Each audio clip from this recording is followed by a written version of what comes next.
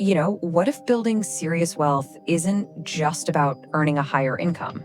I mean, yeah, that's a part of it, sure. But the real secret, the thing that separates high earners from the truly wealthy, is mastering how your money moves. It's all about building a specific system and architecture that's designed for growth and protection. So let me ask you a question that kind of seems to defy logic. How can a doctor or a lawyer, someone with a huge salary, end up paying more in taxes than someone who's worth tens of millions? It sounds crazy, right? Well, the answer isn't about cheating the system. It's about understanding it. Okay, so here's the game plan for this explainer. We're going to walk through that exact blueprint. First, we'll talk about a critical mindset shift. Then we'll get into building the foundational structures. After that, we'll unpack a really powerful tax-saving strategy, see how to put your assets to work, and finally reveal the ultimate framework for creating multi-generational wealth. So let's dive in. It all starts with realizing there are two fundamentally different ways people approach their financial lives. And this has absolutely nothing to do with how much money you make. It is purely about your mindset. See, on one side, you've got the reactive taxpayer.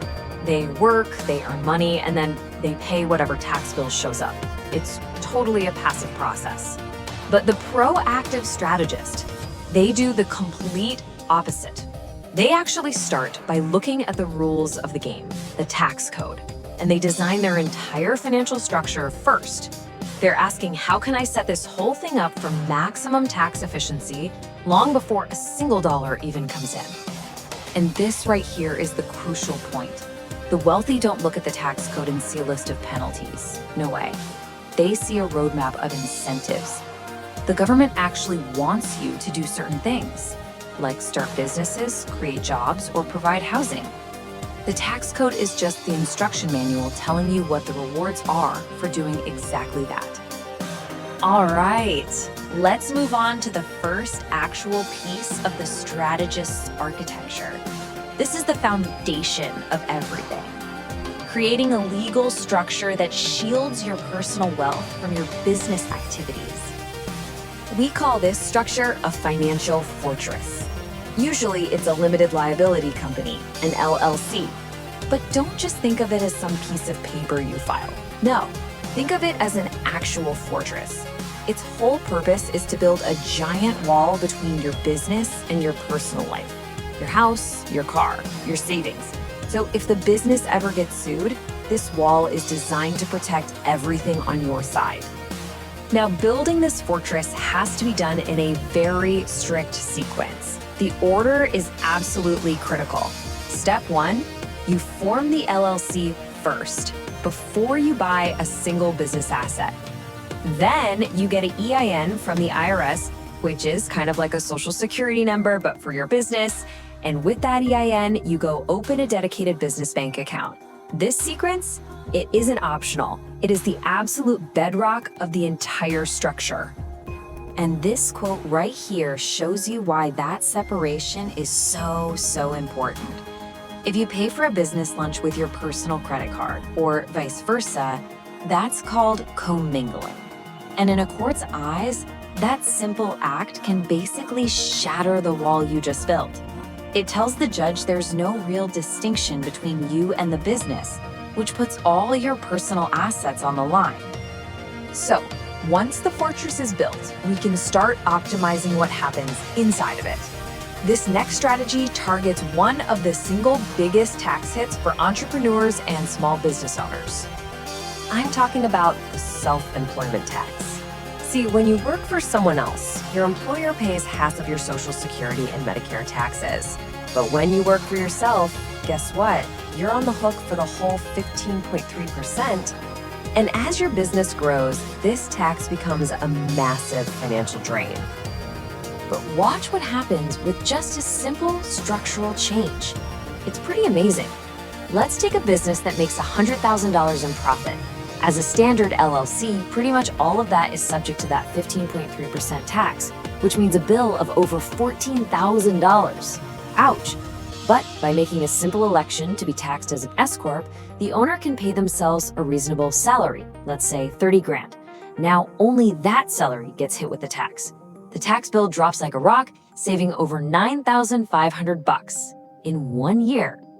The way this works is actually pretty simple, but incredibly powerful. You're basically splitting your profit into two different buckets. One bucket is a reasonable salary for the actual work you do. The other bucket is for distributions. That's the profit you get just for being the owner. Now, figuring out what a reasonable salary is, that's a key detail. It has to be defensible, but getting that part right is what unlocks this entire strategy, because the tax code treats those two buckets very, very differently. Okay, so you've protected your assets and you've optimized your business income. The next phase is to take that efficiently taxed money and put it into assets that can grow and generate even more tax advantages. So why is investment real estate such a classic wealth building tool? Well, it's because it does a bunch of things all at once. The property can go up in value over time, that's appreciation. It can generate monthly cash flow from rent. You get to use leverage, meaning a bank loan, to control a really big asset with just a little of your own money. And crucially, it comes with some absolutely incredible tax advantages.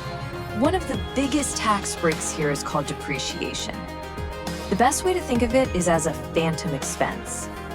The IRS lets you deduct the cost of a building's theoretical wear and tear year after year, even if you didn't spend a single dime on repairs that year. It's a non-cash deduction that lowers your taxable income, so you pay less in tax even while your bank account is growing from rent checks. It's a huge deal. And that brings us to the capstone strategy. This is the one that pulls all these concepts together into a powerful framework for preserving and growing wealth, not just for you, but for generations to come. It's known as buy, borrow, die. Sounds a bit morbid, but stick with me. First, you buy assets that go up in value, like the real estate we just talked about. As those assets grow, you don't sell them, because that would trigger a huge capital gains tax bill. No. Instead, you borrow against their increased value. And because a loan isn't considered income, that cash you get is totally tax-free. You can use it to live on or pay to buy more assets. Then comes the final step. When you pass away, those assets go to your heirs. And this is where the magic really happens. There's a rule called the step up in basis. What it does is it resets the asset's cost to whatever its fair market value is on the date of death. So all those capital gains that piled up over decades, poof, they are legally and completely wiped clean. The next generation inherits the asset at its new, higher value with no tax bill due on all that growth. It's incredible. Which brings us right back to where we started. For most people, the tax code is just an obligation. It's a bill you have to pay every year. But for the strategists, it's a blueprint. It's a set of instructions for how to build wealth. And the difference between those two perspectives, well, it's everything. The only question left is which one are you going to choose?